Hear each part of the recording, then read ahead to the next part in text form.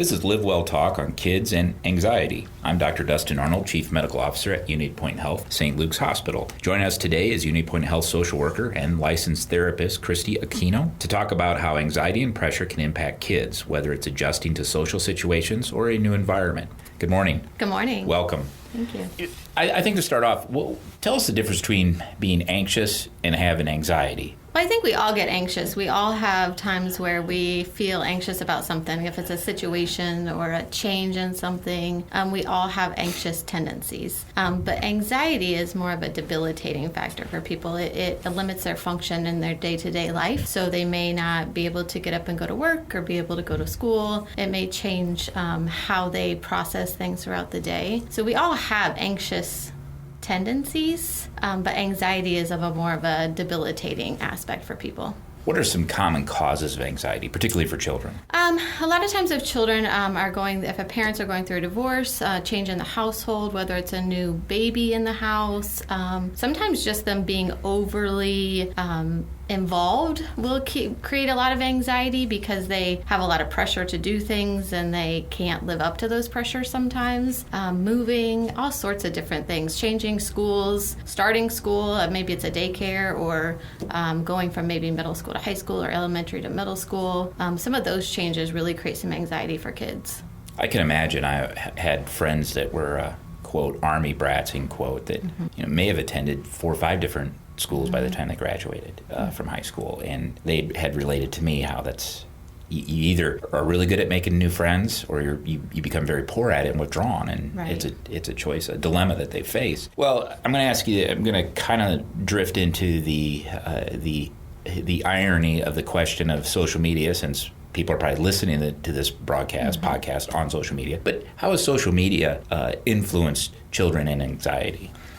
It has such a huge impact on kids because they get on. When we were kids, we could leave it all at school, right? We would go home and we kind of forget about the day. But kids today, they get home and they're never away from it. So they're comparing, or they're seeing that maybe this friend is hanging out with this group of friends and they weren't included, or, a lot of different things. They just get on and they scroll through different social medias and they're comparing. Sometimes they get so addicted to their phones and the social media that it creates so much anxiety for them. The social media aspect has just really taken a toll on kids these days with their comparison factor and their anxiety. I can imagine. Everybody on social media has a perfect life on right. Facebook and Twitter, Instagram, etc. So I'm sure adults compare themselves to each Absolutely. other. The phrase that sometimes I use is you never leave high school. Right. I think that carries over into your adulthood to some degree, and I can imagine that competitiveness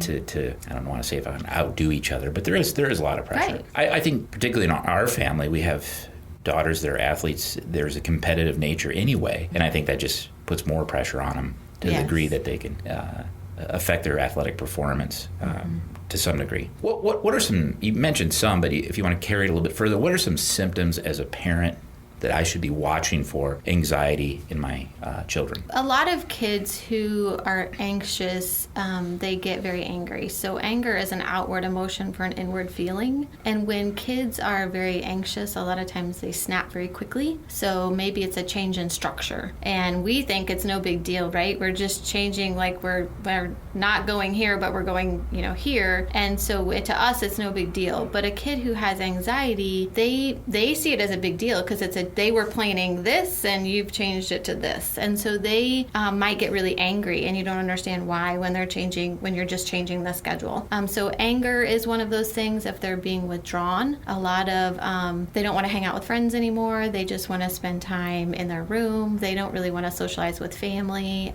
Some of those types of things, maybe it's becoming social anxiety. They're afraid they're being compared or their friends are judging them, and some of that type of stuff that's leading to the anxiety aspect. So just really being aware if their behaviors are changing to a point where it's becoming more debilitating in their daily life. Yeah, times have changed, definitely. And I'm showing my age, because when I was a kid, it was punishment to go to my room. Now, I see kids go to their room by choice to watch Netflix or whatnot on their devices. So times certainly have changed. Absolutely. I think kids are busier. As you get older, you remember more than you've seen, and you've seen more than you remember, I always say, particularly physicians. But, I think they're busier. When I was a kid, summertime was a race against sunlight. You just got up in the middle of the day and you just completely carefree. You did hundreds of things, but there was no time limitation other than when the sun went down. You had to be home. I see kids, my daughters are 15 and 18, so they're getting older now. But, they have planners and they have schedules, and our Mud Porch has a big calendar on it with all these hours of commitment that they have. And I don't you think that contributes some? Because they're worried about, okay, I need to complete this fun activity to get to the next activity, when I can't imagine how that doesn't create some degree of anxiety and pressure. Oh, absolutely. I mean, these kids, a lot of them are just so structured that they don't even have time, or the anxiety of how am I going to get my schoolwork done, when I have the commitment of, 3 hours of volleyball practice or football practice or whatever the case is. Yeah, a lot of these kids are overscheduled, and it is different than when we were kids. Yeah, when we were kids, it was, right, like you said, just beating the clock until dark, and when it's dark, your parents call you in for dinner, and you don't want to go inside. Right, and I think there's pressure too as parents. I know it was with, our daughters don't need cell phones. Why would they need a cell phone? But then they have all these practices and engagements that prior to obtaining a driver's license, you have to be the Uber driver, as my wife would say. And so you need to communicate with them. I'm going to be 5 minutes late. I'm going to be 15 minutes late, but I'm on my way. Don't panic. And so it's a vicious cycle. It kind of feeds itself. You put more emphasis on those devices, which causes more anxiety, and then subsequently more emphasis, and et cetera. Right. What are some tools that you can provide to help with anxiety? And I want to stay away from medications. Yep. These Absolutely. are kids. Kids should not be on medications if we can help it. There's exceptions to that general statement, but for the most part, we don't want to commit to medication in a teenager, because that could be decades of therapy, and who knows what that would lead to. Right. We don't know.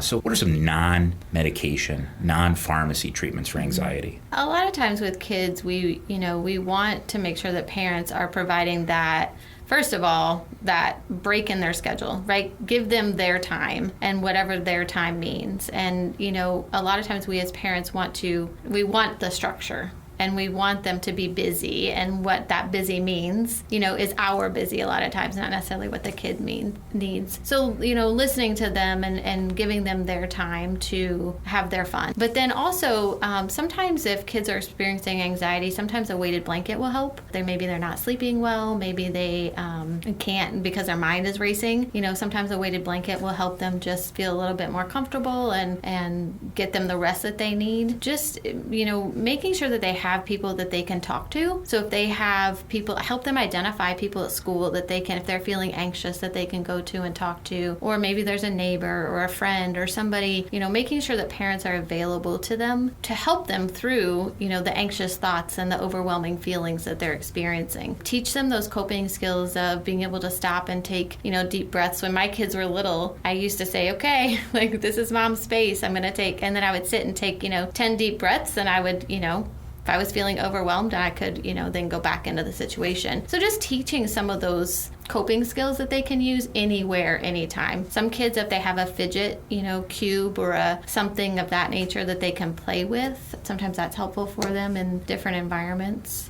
Just on a related note, you mentioned the weighted blankets. I encourage listeners to do the research on where that came from. I cannot remember the lady's name, but I believe she had some degree of autism, and she was on a ranch out in western United States, and she would put herself in where they would hold the cattle to brand them, and she'd feel the pressure, and her anxiety would go away. And then she subsequently wrote the literature on the weighted blankets, which, I know they do. I have friends that their dogs, thunderstorms, fireworks bother them, and they have a vest that they put on them, and it's fascinating literature. So I should know more. I should know her name and some more of the circumstances. Of course, I read it, but I don't remember it. When should I say I have to get a counselor? I'm a parent. I can't do this. What are some warning signs that is it duration of illness? Is it absentee from school? When do I say that enough is enough? I would say if your child is refusing to go to school and it's become a pattern and it's interfering, or you see them failing classes and, some of the behaviors that are out of the norm for them,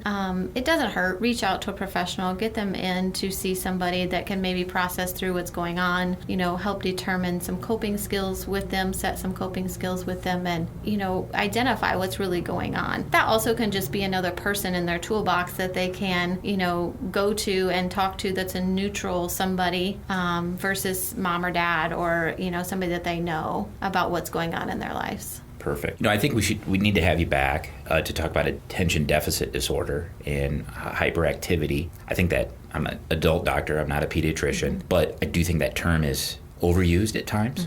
And so we're definitely going to have you back to talk about that. But this has been some great information, Christy. Thank you for coming. Again, that was Christy Aquino, a social worker and therapist with Unity Point Health. If you have a topic you'd like to suggest for our Live Well Talk on podcast, shoot us an email at stlukecr@unitypoint.org. And we encourage you to tell your family, friends, neighbors about our podcast. Until next time, be well.